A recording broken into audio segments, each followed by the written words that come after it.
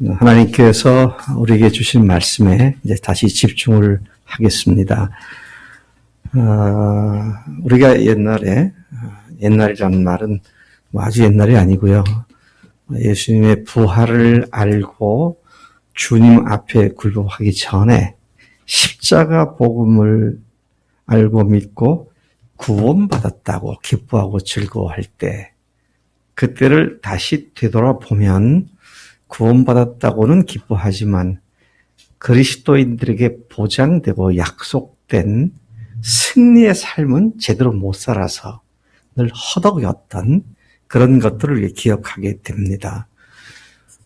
성경에 있는 말씀과 그거 실제 나에게 이루어지는 것하고는 아주 거리가 먼 것처럼 느껴졌고, 어느 영적인 성장 단계에 도달한 사람들만이 할 수 있는 일인 것처럼 그렇게도 생각했었습니다. 그런데 부활하신 예수님이 주님이란 사실을 믿음으로 다시 확인하고 나서, 또 부활이 복음의 곁다리가 아니라 복음의 핵심이라는 사실을 알고 났을 때에 우리는 부활하신 예수님 앞에 주님 되심을 고백하고 우리의 삶이 많이 변하게 되었죠. 또 그 변함이 지속대로 하기 위해서 하나님께서 우리에게 교회도 주셨고, 또 교회를 주신 중요한 이유가 서로가 서로에게 큰 도전과 용기와 격려가 될 수 있도록. 그래서 아까 박성희 자매가 울먹이면서 눈에 눈물이 맺히면서 교인들로부터 받게 되는 은혜와 감격을 표현을 했는데, 그렇게 우리에게 교회를 주셨기 때문에 우리가 넘어지라 또 일어나서 승리하는 삶 가운데로 들어가는 그런 복된 자리에 있는 줄로 믿습니다. 불사 그래도 그렇게 완전한 방법들을 다 주시해 주는데도 불구하고 우리가 또 자기가 주인 돼서 넘어질 때도 있고, 넘어졌을 때 빨리 벗어나야 되는데 미련 쓰고 그냥 거기에 뭉개고 앉아있을 때도 있고, 그래서 그 시간만큼 성장하고 놀라운 하나님의 은혜를 경험해야 할 시간들을 다 놓쳐버려서 신앙이 어쩌면 뒤로 뒷걸음질 치는 것처럼 느껴질 때도 있고, 자, 이런 문제를 우리가 솔직히 직면하고 있지 않습니까? 그리고 그거 계속 반복해야겠느냐? 그건 아니잖아요. 그래서 우리가 좀 더 분명하게 이 문제에 대한 선을 긋고 그 문제에서 벗어나는 분명한 방법을 붙잡고 은혜를 붙잡고 앞으로만 전진해야겠다. 그런 필요를 많이 느껴왔었습니다. 저는 성경을 읽을 때마다 참 많은 좌절을 느껴요. 왜냐하면 성경이 말씀하고 있는 그 수준에 비춰보면 내가 너무도 거기에 함량 미달인 것을 보기 때문에 그게 굉장한 스트레스를 주게 되죠. 그런데 무엇이 우리를 승리케 만들 것인가?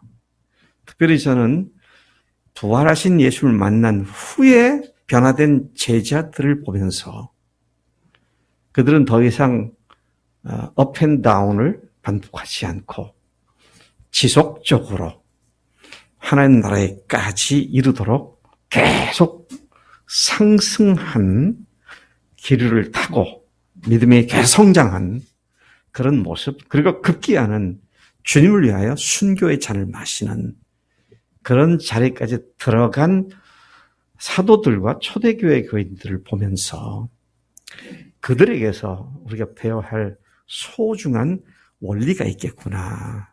오랫동안 묵상했던 바입니다. 자, 이런 문제를 가지고 나보다 먼저 고민했던 사람이 있더라고요. 왜 사람들이 이 모양일까? 예수님을 주인으로 못 믿었는데 왜 이것밖에 안 되나? 그것 때문에 고민하던 한 사람이 있었는데 그 사람이 사도 바울입니다. 우리가 읽은 본문 말씀은 고린도 교회에 보내진 편지입니다. 근데 고린도 교회가 어떤 교회입니까? 바울이 그 많은 핍박과 어려움을 감수하고 그 먼 고린도, 오늘날 말하면 그리스죠. 그리스의 중부 해안 도시였던 고린도까지 가서 그 가는 과정에도 여러 도시에서 얻어맞고 어떤 데서는 쫓겨나기도 하고 어떤 데서는 그 1차 여행 때는 성에서 돌에 맞아가지고 죽은 줄 알고 사람들이 내치기도 하고 또 어떤 데는 성에서 사람들이 피해 주느라고 광주리에 줄을 매달아서 밑으로 피시키기도 하고 배의 위험, 강의 위험, 강도의 위험, 광야의 위험, 사막의 위험 수많은 것들을 거치면서 그가 고린도에 가서 복음을 전했고 그런 말미암아 고린도 교회가 세워놨지 않습니까? 세워졌잖아요. 그런 고린도 교회가 바울이 떠난 지 얼마 안 돼서 긴 세월이 아닌 얼마 안 돼서 들려오는 소식이 거기에 수많은 문제들이 있다고 하는 그런 얘기를 듣게 되죠. 바울이 참 마음이 속이 터졌을 것 같아요.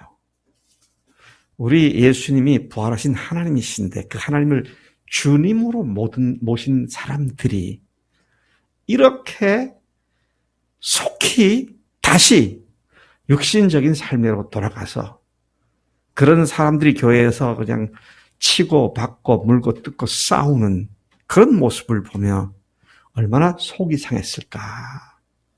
그래서 그가 고린도 교회가 그런 문제들을 투성이라는 얘기를 듣고 문제를 해결하기 위해서 붓을 들었고 그래서 쓴 편지가 고린도 전서와 고린도 후서 이 두 권의 편지를 썼죠. 근데 사실은 바울이 쓴 서신서들 중에 고린도에 보낸 편지가 제일 길고요. 분량이 전서는 16장까지 16장이고 후서는 13장까지 되어 있어요. 두 개를 합치면 29장이 고린도 교회 문제를 도와주고 해결하기 위해서 쓴 장문의 편지죠. 자, 그래서 고린도 교회가 갖고 있던 수많은 문제들을 그 원인을 진단하고 그 원인을 제거하는 조치를 취하는 그런 내용들로 고린도 전후서가 기록되어 있는 것을 보게 됩니다. 저는 고린도 교회를 이렇게 보면서 어쩌면 이렇게 한국 교회와 똑같은가. 고린도 교회에 있던 문제가 한국 교회에 그대로 다 있더라고요.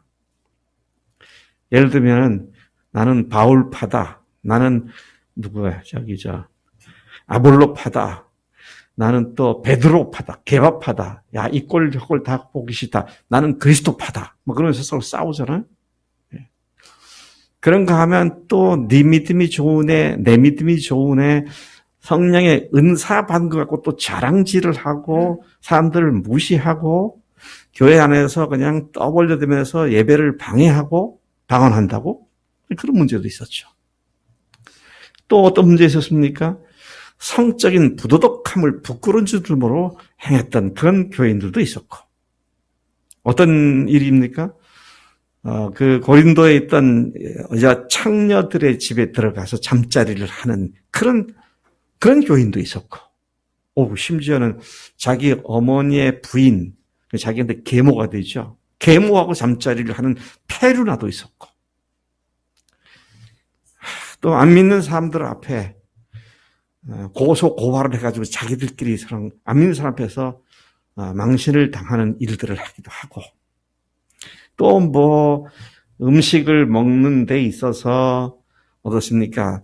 귀신에게 바쳤던 재물을 바쳤던 고기를 먹을 수 있다, 먹을 수 없다, 먹을 수 있는 사람이 믿음이 더 좋다, 먹을 수 없는 사람이 더 순수하다, 그렇게 싸움질하고 앉았고.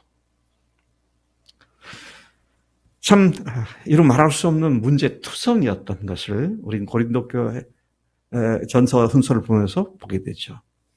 바울로 하여금 경악을 금치 못하게 했던 그들의 또 다른 문제는 아예 바울의 리더십을 도전하며 바울은 사도가 아니다. 그렇게 사도권을 부인하는 사람도 있었고. 자, 이런저런 것들이 그 교회에 많은 문제점이 있는데, 근데 그들이 들었던 복음이 뭡니까? 그들이 들었던 복음이 십자가와 부활이었습니다. 그런데도 그들이 그렇게 하는 걸 보고 바울은 그 문제를 해결하기 위해서 쓴 편지 15장에서, 우리가 15장을 부활장이라고 그러죠? 부활장에서 부활을 장황하게 다시 설명을 해주고 있죠. 다른 고린도 전후서 다른 장들은 길어봐야 40장, 30장, 어떤 건 18장. 근데 이거는 부활에 관한 가르침은 무려 58장, 58구절을 써놓고 있습니다. 아마 그렇게 했던 이유가 그들의 문제의 해결의 키가 부활신앙에 있다라는 사실을 생각하고 그렇게 쓴 것으로 이해가 되는 것입니다. 그리스도인의 삶이 계속적으로 변화되고 성장하는 것은 예수님을 단순히 구세주로 믿는 것이 아니라 그분을 주님으로 모심으로써 가능하다고 믿고 또 학교에서나 교회에서나 항상 예수님이 주님이시며 그분의 주재권에 온전히 복종해야 함을 계속 강조해온 저의 삶이었습니다. 그런 설교나 강의를 듣는 사람들이 그렇게 살지 못하기 때문에 그런 설교나 강의에 좌절감을 느끼고 그런 설교 듣는 것을 부담스럽고 거북스럽게 율법 같은 것으로 여기는 많은 사람들의 모습을 저는 직접 보기도 했습니다. 신약 성서에서 초대교인들이 목숨 걸고 주님을 믿고 섬기고 복음을 전하는 모습, 그것들과 또 그들 간에 목숨 걸고 서로 사랑하는 모습을 보여주고 읽을 때가 되면 왜 오늘날은 그런 교회를 쉽게 만나볼 수 없는지 커다란 문제의식을 가지고 그 답을 얻게 되기를 계속 추구해 온 것이 저의 영적인 순례 과정이기도 했습니다. 그리고 저는 셀교회를 만났고 셀교회를 통해서 교인들이 바뀔 수 있구나. 그래서 많은 팁을 얻었고 또 그것이 너무 귀중하다고 생각했기 때문에 한국교회 전체를 대상으로 셀교회 운동을 앞장서서 주도하기도 했었습니다.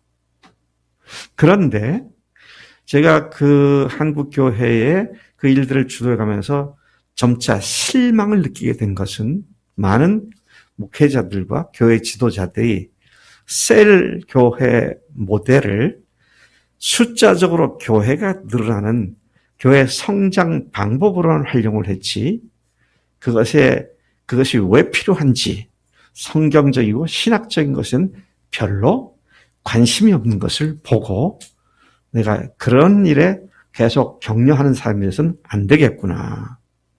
그래서 제가 그 일을 중단을 하고 복음과 교회가 무엇이냐 더 깊이 제가 생각을 하게 될 수밖에 없었습니다.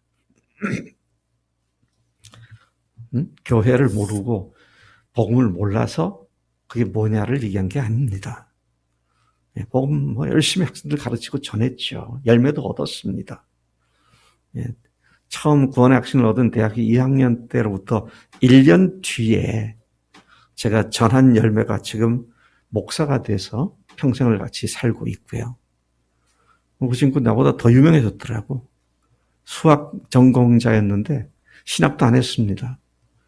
근데 대전 이 일대에서 평생을 수학 선생으로 있다가 은퇴를 하고 나니까 선교사들의 자녀들이 과외 같은 걸 할 수 없으니까 그 선교사 자녀들의 수학을 가르치는 과외 선교사? 과외 공부 선교사가 돼가지고, 인기가 얼마나 좋은지 몰라요. 그러면 선교사 가족뿐만 아니라 거기에 있는 다른 그 교인들, 자녀들도 더 한국 사람들 불러가지고 강의를 해서 자녀들이 공부에 자신감을 갖게 되고, 이제 그런 것도 볼 수가 있었습니다만은, 자, 그럼에도 불구하고 대부분의 예수 믿는 사람들이 구원은 확신하는데, 지난주에도 말씀드린 것처럼 삶과 신앙이 따로 노는 거잖아요. 근데 참 안타깝게도 부활을 얘기하고 부활로 신앙을 다시 확신했다는 사람들 속에서도 그런 모습은 여전히 똑같이 보여지고 있다는 것이죠. 참 이게 나로 하여금 경악스럽게 만들었고 당황스럽게 만들었고 이 문제를 계속 씨름하게 만들었던 얘기이기도 하는 것입니다.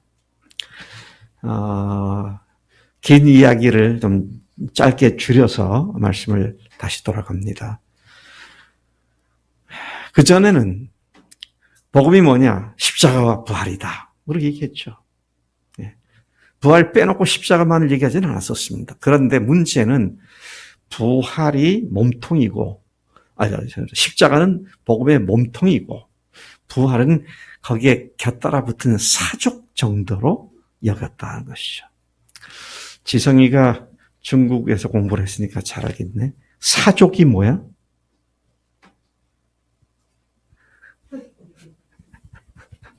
거기서 그런 거 안 쓰나? 네. 사는 뱀 사자에 족은 다리 조자지. 저기 그래서 뱀다리. 뱀다리가 있어? 있다 한들 아무 필요가 없잖아.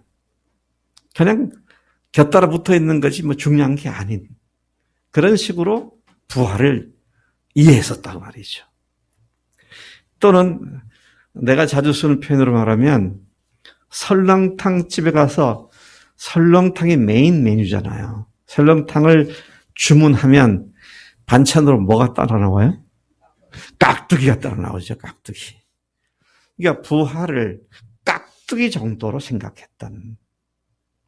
근데 부활로 다시 초점을 맞추고 보니까 이게 메인 메뉴지 곁따라 나오는 깍두기가 아니더라고요. 얼마나 놀라운 사실에 대한 발견입니까? 그래서 그걸 통해서 많은 사람들이 기뻐하고 예수님이 주님이십니다. 우리 여기 일부에 참석한 대훈이 형제는 간증하라면 말 맞춰 나가고 하는 첫 문장이 뭐예요? 예수님 부활하셨습니다. 그러잖아요. 네, 그렇게 말할 만큼 부활의 의미가 분명해졌고 부활 때문에 십자가가 더 분명해졌고 이런 것들이 우리에게 주어진 큰 복인데 근데 그런 믿음을 갖고 있어도 때때로 또 자기가 주인 돼가지고 넘어졌으면 그 다음에 어떻게 하면 되죠? 벌떡 일어나면 되잖아요. 그렇죠? 벌떡 일어나 회개가 벌떡 일어나면 되는 거 아닙니까? 그런데 거기에 미련 쓰고 거기서 뭉개고 있고 이제 그런 것이 왜 부활신앙을 가진 사람조차도 그런 모습이 똑같은가? 이게 저로 하여금 굉장히 생각을 많이 하게 만든 그런 내용이기도 했었습니다. 근데 놀랍게도 바울도 똑같은 고민을 했더라고요. 네. 고린도 교회를 보니까 그렇더라고요. 네. 서로 싸우기도 하고 원망하기도 하고 불평하기도 하고 리더를 갖다 거부하기도 하고 편 갈라갖고 싸우고 뭐 이런 것들이죠. 그런데 그 내용을 가만 보니까 고린도 전서나 후서나 그러한 교인들을 문제를 잘 진단해가지고 문제 원인을 제거해 줌으로 말미암아 해결을 하기 위해서 이 편지를 썼더라고 봅니다. 그래서 이 고린도 전서나 후서에 보면 너희가 알지 못하느냐 이런 말이 자주 나옵니다. 그리고 고린도 후서 13장 5절에서는 너희가 믿음에 있는가 너희 자신을 스스로 시험하고 스스로 확증하라. 그리스도께서 너희 안에 계신 줄 너희가 알지 못하느냐? 그렇지 않으면 너희가 버리운 자니라. 강한 말로 근본 신앙, 주님을 믿는 믿음의 자리에 있는지를 다시 들춰내면서 반복해서 복음을 얘기하고 있는 그런 모습을 보여주고 있죠. 그게 15장입니다. 아까도 말씀드렸죠. 부활을 믿고 있는 그들에게 다시 부활을 반복해서 58구절이나 길게 이야기를 하고 있다는 것이죠. 정상적인 그리스도인의 삶의 변화가 또 성장이 이루어지지 않고 있는 모습을 본 바울은 그 문제에 대한 처방이 복음이라고 확신을 했습니다. 그렇기 때문에 그는 처음부터 십자가와 부활 복음을 전했었습니다. 특히 그들 중 일부가 여전히 부활 신앙으로 세워지지 못한 상태, 견고하게 서지 못한 상태임을 알고 오늘 읽은 본문 15장에서 작심하고 부활을 설명하고 그 부활에 근거한 신앙이 견고하게 세워지기를 원했던 것을 보여주고 있습니다. 우리가 아까 12절부터 읽었는데요. 12절부터 읽었는데 1절부터 다시 돌아가 보면 형제들아 내가 너에게 전한 복음을 너에게 알게 하노니 처음부터 너에게 전한 복음을 다시 얘기하고 있는 겁니다. 이미 전했는데 안 전했기 때문에 복음이 이런 거다 이게 아니고 너희들에게 전한 복음을 너에게 알게 한다. 이는 너희가 받은 것이요 또 그 가운데 선 것이라. 이미 너희들이 믿고 그 안에 섰다고 말하는 그 복음을 내가 다시 말하는 거다. 제가 그렇게 반복하고 있는 것을 봅니다. 2절에 보니까 너희가 만일 내가 전한 그 말을 굳게 지키고 헛되이 믿지 아니하였으면 그로 말미암아 구원을 받으리라. 헛되이 믿는 사람들이 있다는 사실을 염두에 두고 말하는 거죠. 견고하지 못하고 흔들리기 때문에 이 말씀을 하고 있는 것을 보게 됩니다. 자, 그 다음에 우리가 암송하는 구절이 나오죠. 자, 뭐라고 말합니까? 내가 받은 것을 먼저 너에게 전하였노니. 바울이 고린도 교인들에게 자신이 받은 것을 먼저 너희들에게 전했다 그랬습니다. 바울이 먼저 받아서 전한 것이 뭐예요? 복음입니다. 다른 거 아니에요. 복음이에요. 이미 내가 전했다. 너희들이 그 안에 서야 하는데 그걸 내가 다시 전한다. 그러면서 복음의 핵심을 3절과 4절에서 얘기하잖아요. 3절, 4절 많은 분들이 암송하죠. 우리 청년들 한번 암송해 볼까요? 3절, 4절. 내가 받은 것을 먼저 너에게 전하였노니 이는 그리스도께서 성경대로 우리 죄를 위해 죽으시고 장사 지는 바 되었다가 성경대로 사흘 만에 다시 살아나사. 그렇죠? 죽으시고 부활하셨다. 십자가와 부활을 얘기하고 있잖아요. 내가 먼저 너에게 전한 게 바로 그거 아니냐. 십자가가 부활 아니냐.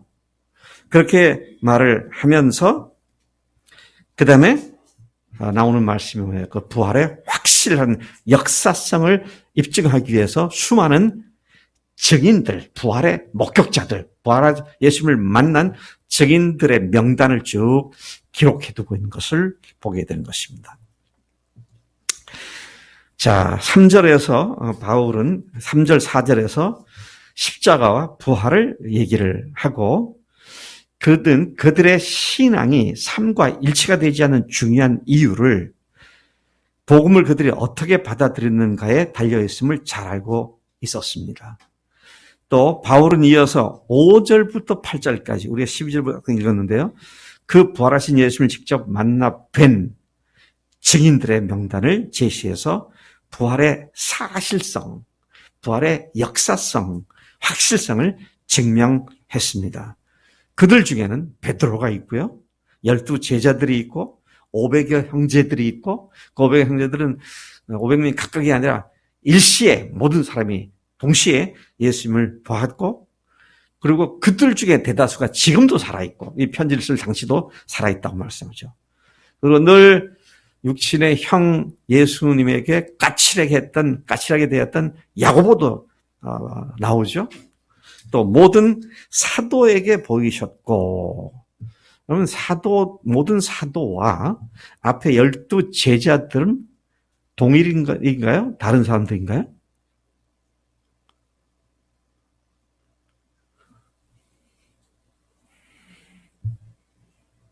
네. 다른 사람으로 보입니다. 어떤 사람이요? 예수님께서 직접 사도라고 명한 사람은 12이지만 사도적 권위를 가지고 복음을 전했던 수많은 사람들이 있죠. 바나바, 그렇죠?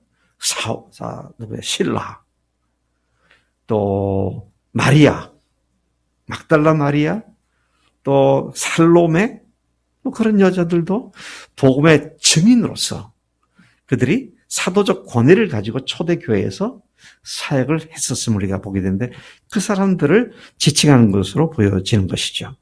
자, 이렇게 많은 사람들이 보았고, 그리고 마지막에는 7푼이 같은, 8푼이 같은 나에게도 주님께서 부활하신 주님을 보여주셨다. 이제 그렇게 말을 하고 있는 것입니다. 그런 말을 하고 난 뒤에 12절부터 19절까지 오늘 본문 말씀에서 바울은 신앙의 핵심으로서의 부활을 증명하고 있는 것이죠. 증거하고 있습니다. 교인들 중에는 심지어 부활 그 자체가 없다고 강변하는 자들도 있었습니다.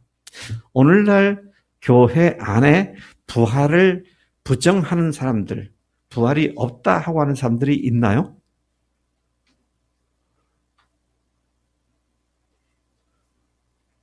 없나요? 너무 많습니다. 뭐 예수님의 부활을 믿어서 은혜를 받고 은혜를 먹어도 이 타운이 아니고 아예 부활 자체가 없다고 하는 사람도 많아요. 얼마나 많으냐? 세계적인 유명한 신학자들조차도 큰 소리를 칩니다. 나는 그런 사람들 이렇게 이야기를 들으면 이해가 안 돼요. 자, 한 사람의 예를 들어볼까요? 제가 어제도 그 동영상을 봤는데 뭐라고 논리를 펴냐면 예수님께서 십자가에 달리셨다가 부활한 것은 사실이 아니다. 그 이유는 당시 십자가 사형 제도는 십자가에 달린 사람을 그대로 매달아 놓고 독수리나 이런 짐승들이 와서 그 시신을 파먹도록 방치해 두는 것이 십자가 제도였다. 그런데 성경에 보면 그 시체를 갖다가 장례를 치렀다 한다. 말도 안 된다. 왜? 십자가 제도는 그런 거 아니었다. 이렇게 얘기하죠. 내가 참 의문을 갖는 게 뭐냐면, 그럼 십자가에 달린 거는 인정하잖아요. 그거 어디서 배웠어요? 성경 통해서 알았잖아요. 근데 뒷부분은 자기가 생각하는 지식 가지고 아니라고 말하는 거잖아요. 아니, 뭐 이런 경우가 다 있는지 모르겠어요. 네. 앞에는 믿고 뒤는 안 믿어.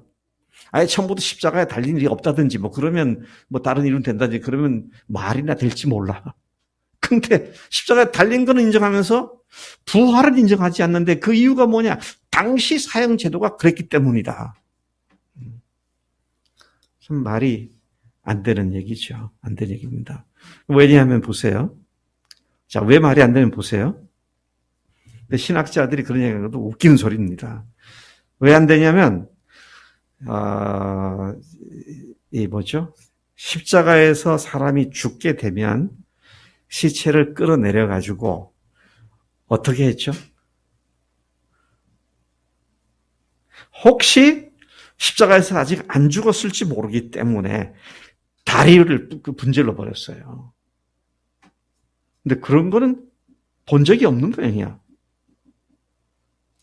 자기가 아는 것만이 전부인 줄 아는 모양이에요. 근데 학자래. 그것도 신학자래요. 그럼 속지 마세요. 사람들이 알려진 이름 가지고 자기 생각, 말도 안 되는 걸 짓거려대면 사람들은 유용하다니까 좀 믿고 그러는데, 얼마나 어리석은지 몰라요. 자, 그런데 바로 오늘 고린도 교인들 가운데에서도 아예 부활이라는 건 자체가 없다.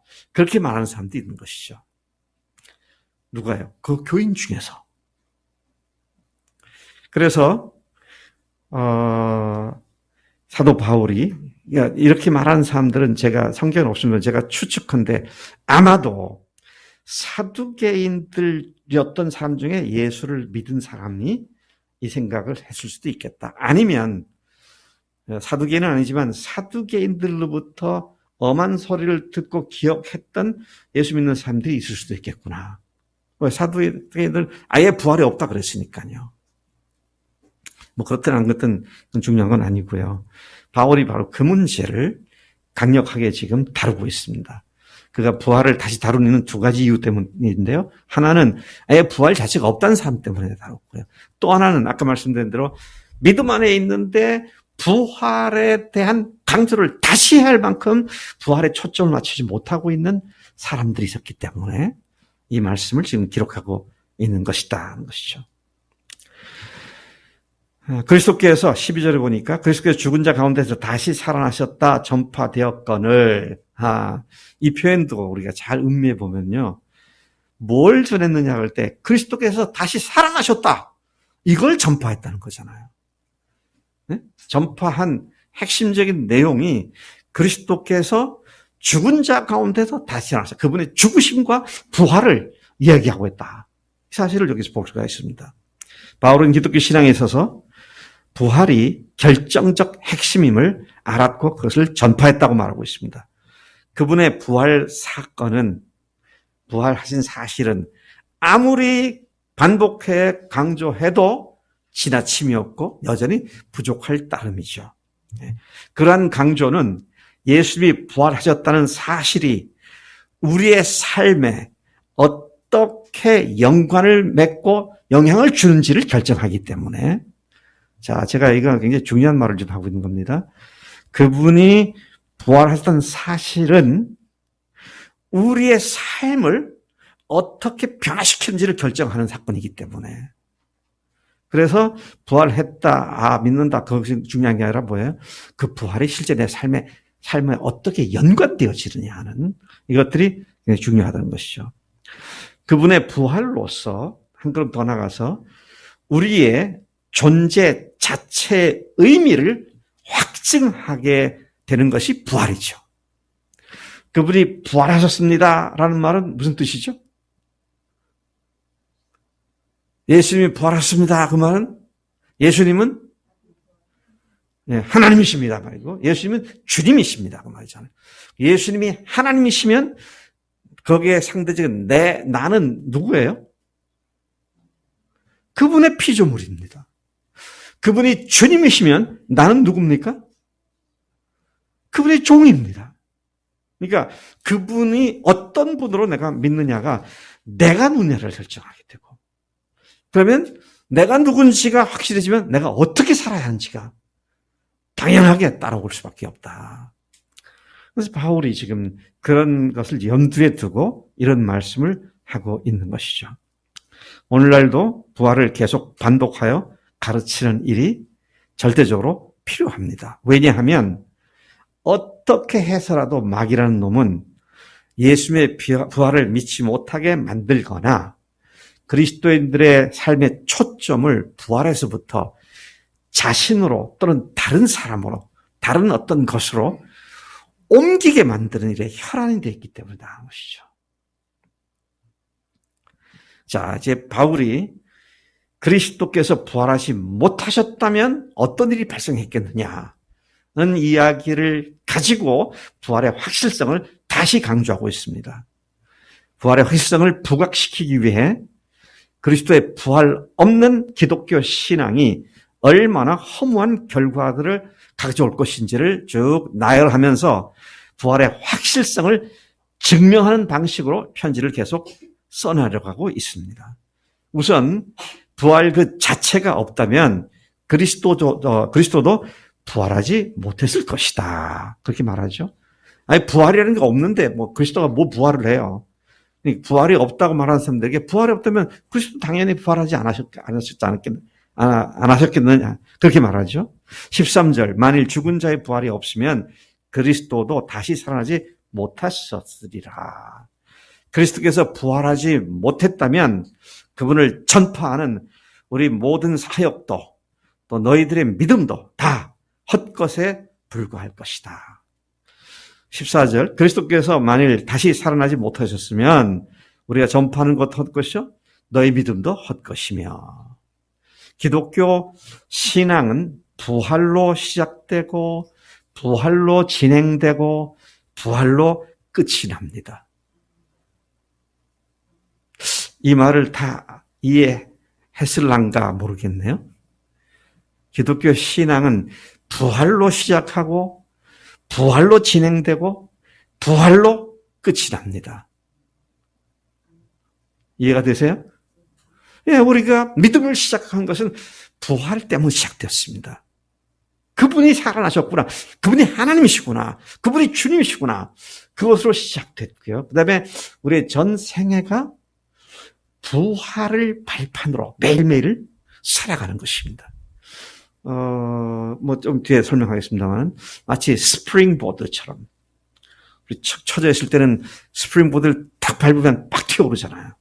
그것처럼 우리 전 과정이 부활하신 주님 앞에 굴복하는 것을 이루시고 부활로 끝맺음을 맞는 말은 무슨 말입니까? 우리도 예수님 부활하신 것처럼 우리도 부활하실 것을 바라보고 하는 거죠.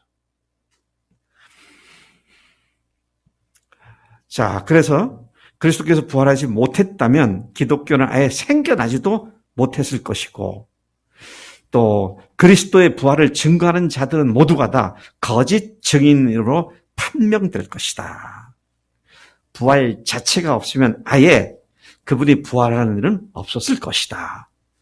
15절 16절에 보면 또 우리가 하나님의 거짓 증인으로 발견되리니 우리가 하나님이 그리스도를 다시 살리셨다고 증언하였습니다.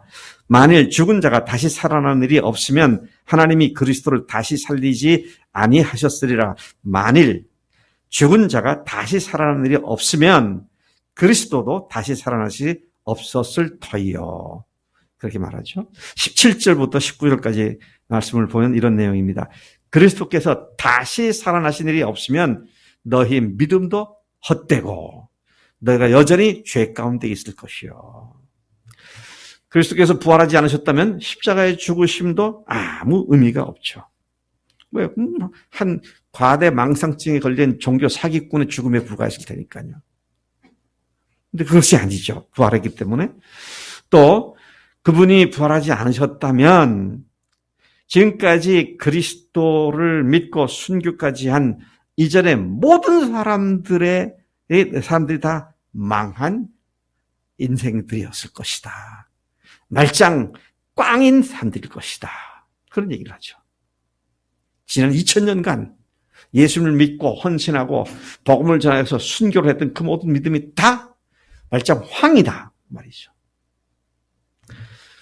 자, 계속해서 여기서 보면은요.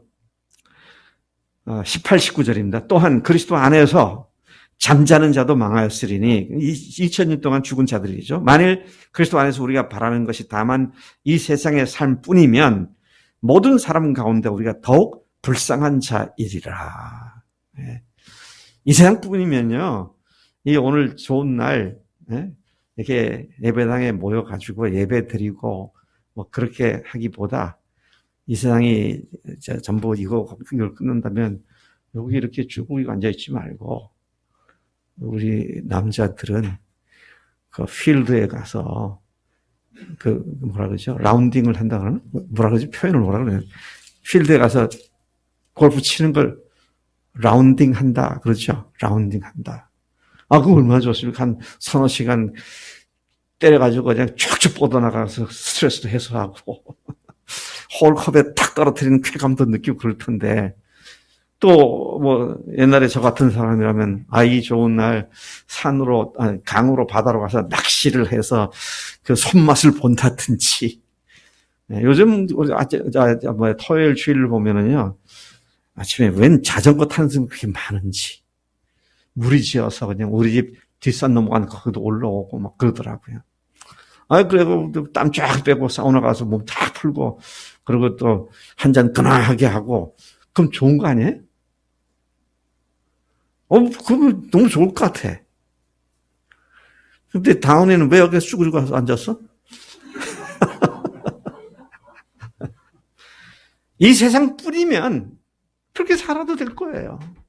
내일 죽으리니 오늘 마시고 즐기고 놀자. 그 말을 에피큐러스 아빠들이 그런 얘기를 했죠. 너무 신날 것 같아.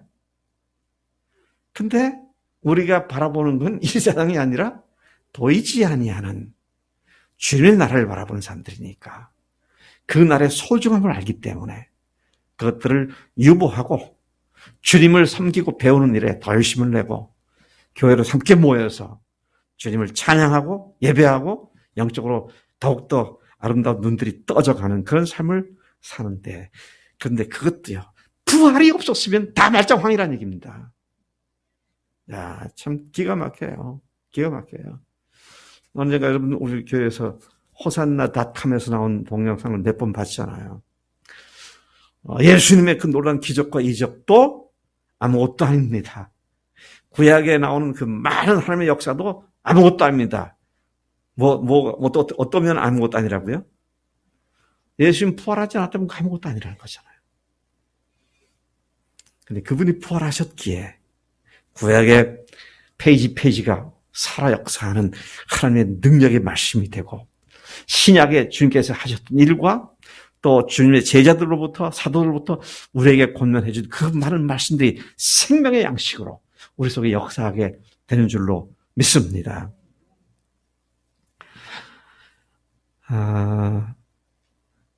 다시 이제 제가 얘기를 좀 줄여서요. 부활신앙은 사람의 삶을 변화시키는 하나님의 능력인 줄로 믿습니다. 예수께서 부활하셨기 때문에 우리가 믿고 바라는 바가 참되며 영원히 살 길임을 확증해 주셨다는 것이죠. 20절, 21절이 그걸 말하고 있습니다. 그러나 이제 그리스도께서 죽은 자 가운데 다시 살아나사 잠자는 자들의 첫 열매가 되셨도다. 21절, 사망이 한 사람으로 말미암았으니 죽은 자의 부활도 한 사람으로 말미암는도다. 그분이 부활하셨기 때문에 그분이 부활하신 것처럼 첫 열매가 되어서 우리도 그분처럼 부활하게 될 것이라고 하는 이 어마어마한 미래에 대한 약속의 말씀이 우리에게 주어진 것이다 하는 것이죠. 제가 금년에 맛있다고 하는 과수원에서 자라던 복숭아 나무 4그루를 갖다가 심었거든요. 꽃이 핀 것 갖다 심었어요. 그러니까 꽃 필 때 누가 나무를 옮겨 심어. 근데 그럴 수밖에 없는데 옮겨 심었어요. 그래서 오늘 아침 보니까 어이구 탁구공만하게 컸더라고. 한 나무에 한 2개, 3개, 어떤 건 한 5개. 그래서 제가 지금 그걸 보고 뭘 지금 기다리냐면 이게 조생종인가 만생종인가, 백동가 황동가. 근데 그게 다 이제 있게 되면 이게 만생종 황도구나 아니면 백도구나 그걸 알게 되잖아요. 그러면 내년에도 그게 달릴 건 뻔한 거잖아요. 예수님의 부활은 모든 사람들이 예수님처럼 부활하게 될 첫 열매다. 이 소망을 갖고 있기 때문에 우리가 부활로 우리의 삶을 변화시키는 일에 적극적으로 달려들어서 갈 수가 있다는 것이죠. 우리는 보이는 것을 추구하는 자들이 아니라 보이지 않는 것을 바라고 소망하며 사는 자들이다. 그러한 부활 신앙은 부활하신 예수님이 단순히 한 위대한 교훈을 주신 분 정도로 생각하지 않습니다. 인간들 중에 특출난 성인 정도로 생각하지 않습니다.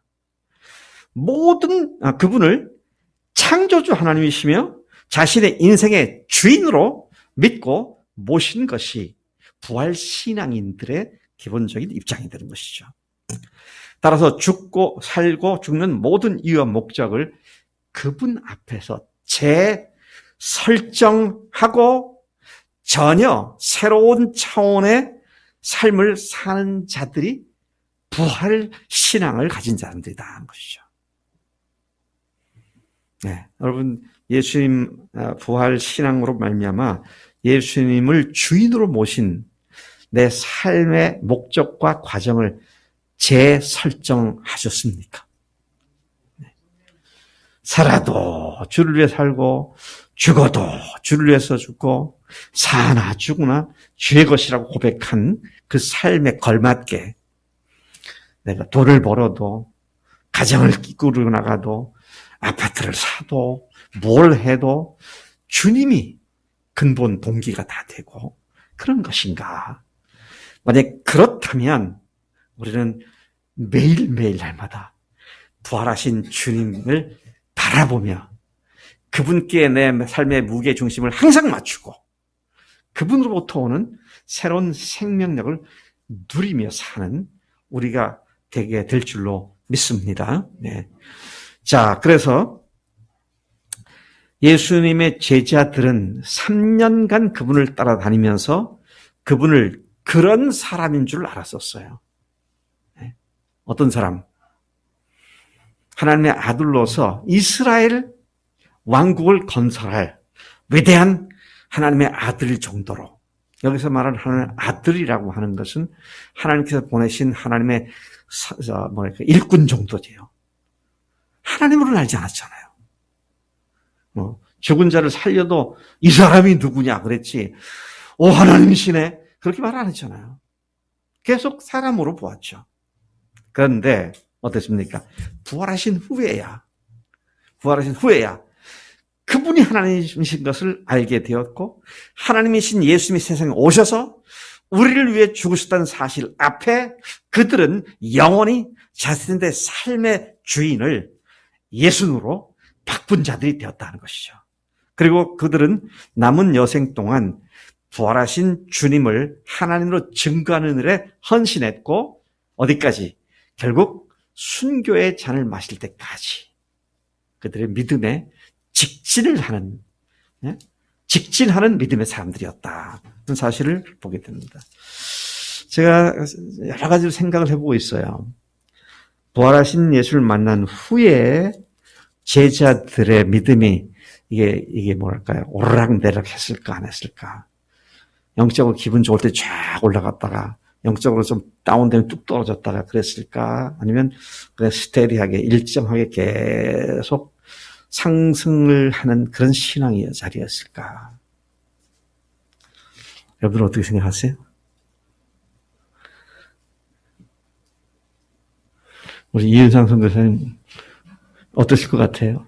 오르락내리락 했을 것 같아요? 그냥 쭉 올라갔을 것 같아요? 할렐루야. 예. 이은상 선교사 자신을 보니까 그렇게 대답할 수 있잖아요. 겁나는 얘기하네. 예. 여러분, 순교 자리까지 갔다는 것은요, 그들이 뚝뚝 떨어졌다가 겨우 또 기운 차려 올라갔다가 또 넘어져, 그거 아니고요. 물론 우리가 연약할 때는 좀 이렇게 저주할 때도 있어요. 뭐 그런 거 없다는 얘기는 아닙니다. 근데 주님을 주인으로 모시고 사는 삶에 있어서는 주님인가? 아닌가? 뭐 이런 생각을 하지 않았다는 거예요. 왜? 부활을 봤기 때문에. 부활하신 확실한 증거를 갖고 있었으니까. 그래서 여러분, 우리가 나가야 할 그런 모델은 바로 예수님의 제자들이었다. 그렇게 할 수 있습니다. 부활하신 후에 갑작스럽게 그리고 영원히 변화된 그분의 제자들을 보십시오. 그들과 초대교회 교인들이 그렇게 변화된 삶을 죽을 때까지 계속할 수 있었던 원동력이 무엇이었을까요? 예수님의 부활 사건인 줄로 믿습니다. 부활은 제자들의 눈을 뜨게 해주었고, 부활은 그들의 삶을 하나님이신 예수님께 영원히 고정시키게 만들었고, 그리고 부활은 결국 그들로 하여금 자신들 역시 부활하게 될 것을 믿고 세상에 연연하지 않게 만들어 주었다고 믿습니다. 그렇기 때문에 부활은 사람들의 삶을 변화시키는 하나님의 능력이라는 말씀인 것이죠. 자, 그래서 우리는 언제나 다시 돌아가야 할 우리의 영적 자리가 어디냐? 예수님이 부활하신 자리입니다.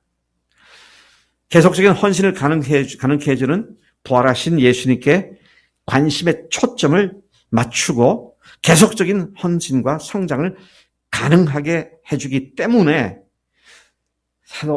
히브리서 기자가 12장 2절에서 우리가 잘 아는 말씀이죠. 믿음의 주요, 믿음을 시작하게 하신 분이시오. 또 믿음의 완성자가 되시는 예수를 바라보자. Look upon Jesus. Look upon Jesus. 예수님께 바라보자.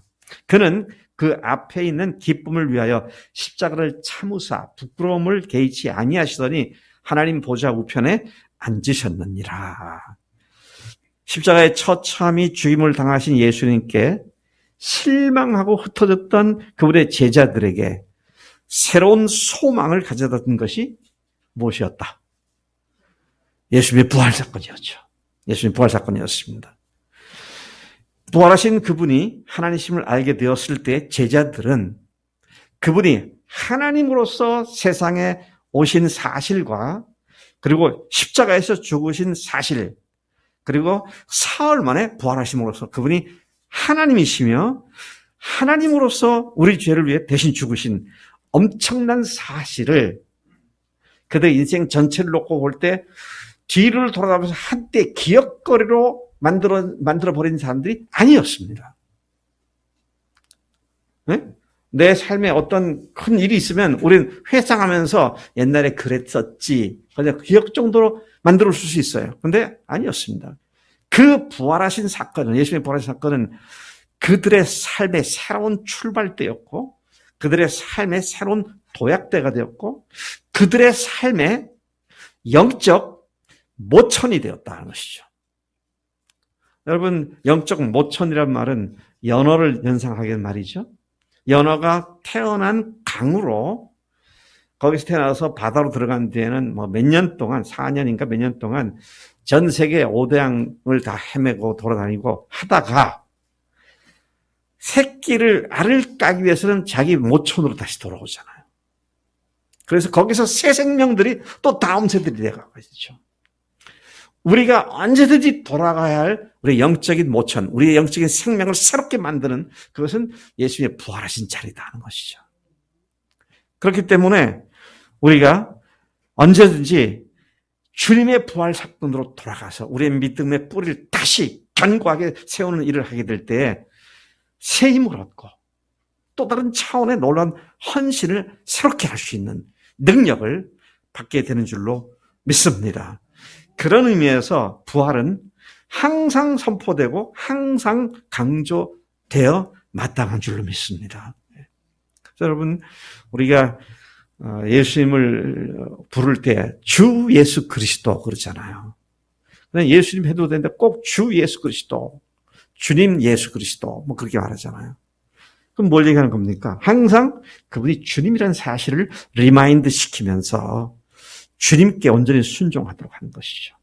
근데 부활을 하신 예수님을 다시 항상 초점을 맞추면 그분이 죽으셔야만 했던 나의 죄악들이나 또 그 죄악들 십자가에서 용서되고 완전히 사해진 사실들이 부활로 또 확증되어지고 확인되어지니까 다시 넘어질 일이 없이 벌떡벌떡 일어나서 앞으로 달려가게 되죠. 그래서 넘어졌어도 벌떡 일어나서 회개하고 달려가면 되기 때문에 그런 신앙을 무슨 신앙이라고? 오뚜기 같은 신앙이라고 하죠. 오뚜기 딱 치면은 그냥 탁 넘어져고 헤매고 있습니까? 벌떡 일어나더라고. 참 재밌는 물건을 누가 어떻게 만들었는지 참 잘 만들었어요. 그게 이제 오늘 부활로 우리가 다시 우리의 뿌리가 부활신앙으로 돌아갈 때 그 부활하신 예수님이 우리 가운데 새 생명으로 또 인도하시게 되는 줄로 믿습니다. 바울은 이 성경 본문의 마지막 구절들에서 앞에서 쭉 부활에 대한 얘기를 하다가 57절, 58절까지가 마지막이죠. 근데 57절을 보면 우리 주 예수 그리스도로 말미암아 우리에게 승리를 주시는 하나님께 감사한다 그랬습니다. 아멘이세요? 우리로 승리있게 하시는 분이 누구세요? 하나님이 그렇게 하시다 그랬잖아요. 근데 하나님께서 누구를 통해서 하세요? 우리 주 예수 그리스도로 말미암아 하시다 그랬습니다. 우리 주 예수 그리스도로 말미암아 할 때는 뭘 얘기하는 거예요? 그분의 죽으심과 부활이라고 하는 이 복음으로 말미암아 우리가 다시 서고 승리하게 하시는 줄로 믿습니다. 여러분, 우리에게는 완전한 하나님의 해답인 십자가와 부활이, 그리고 부활을 통해 십자가가 확증되어진 이 복음을 허락해 주셨습니다. 승리를 누리게 하는 통로가 죽으시고 부활하신 예수님이란 말씀이죠. 사망조차도 우습게 여기게 만들어주는 부활신앙은 우리를 궁극적 승리의 삶을 살게 해주는 하나님의 능력인 것이죠. 오직 죽으시고 부활하신 예수님만을 생각하고 그분을 의지함이 성령의 충만으로 일관된 삶을 살게 해 주는 거다. 그렇죠. 그렇기 때문에 바울은 마지막 구절에서 이렇게 말을 하죠. 58절을 같이 읽어볼까요? 58절입니다. 시작. 그러므로 내 사랑하는 형제들아 견실하며 흔들리지 말고 항상 주의 일에 더욱 힘쓰는 자들이 되라. 이는 너의 수고가 주 안에서 헛되지 않은 줄을 알미니라. 아멘. 아멘. 오늘 이 부활의 모천에서 우리가 또다시 힘을 얻고 앞으로만 달려가는 승리하는 그리스도의 삶을 마음껏 누리는 우리가 되기를 축복합니다. 하나님 아버지 감사합니다. 오늘 이 아침에 저희들이 어려울 때 항상 돌아갈 우리의 모천이 있게 하신 것을 감사합니다. 예수님 부활하셨습니다. 예수님 하나님이십니다. 예수님이 주님이십니다. 이런 고백으로 우리가 또다시 힘을 얻고 일어나게 하시니 감사합니다. 하나님, 우리로 하여금 승리의 확신을 가지고 예수님을 의지하고 성령의 능력으로 당당하게 승리하는 모든 교인들 되도록 역사하실 줄로 믿습니다. 감사하고 예수님의 이름으로 기도를 쌉나이다. 아멘.